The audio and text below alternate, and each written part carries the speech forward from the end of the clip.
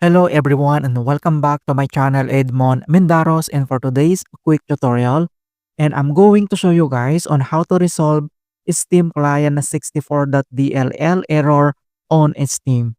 So the Steamclient64.dll error on Steam is a type of dynamic link library file error. A DLL file is a collection of instructions and informations that multiple programs can share. In this case, the Steamclient64.dll file is used by the Steam client in other games. When this file is missing, corrupted, or otherwise inaccessible, it can prevent Steam or a specific game from launching correctly.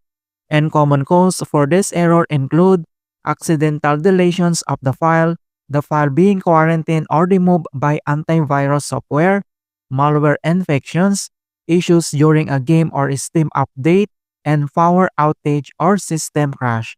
Then I'll show you variety of troubleshooting steps. And without further ado, and let's go ahead. So the first solutions that we're going to do is to verify the integrity of game files through the Steam client. So all you have to do is to launch the Steam client and then click. And then once you open up, and then you need to navigate to your game library. So here now at top left side corner, then you need now to select this games library and then click. And then you need to click this view games library. And then locate the game host files you want to verify. So here now at left side navigation panel, then you can see now those installed games here. So all you have to do is to select and then right click. And then you need to select this properties. And then in the properties windows, you need to click on installed files tab on the left side. So here now at left side panel here, then you need to select this installed files. And then on right side here at installed files, then you can see now this verify these game files are installed correctly, or you can click this verify integrity of game files. So all you have to do is to click this verify integrity of game files. Then the Steam will begin checking the game files. This process might take some time. Alright, so you can see now the file successfully validated.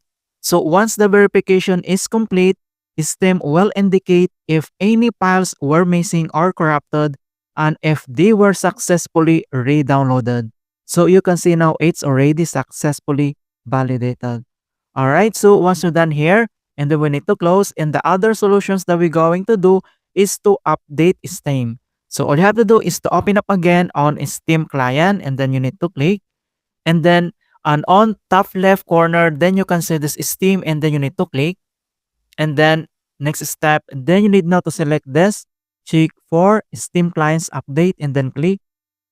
And we will wait to complete the Steam clients for verifications. Okay, so you can see now your Steam client is already up to date. Alright, so after again here, and then we need to close if the error still persists.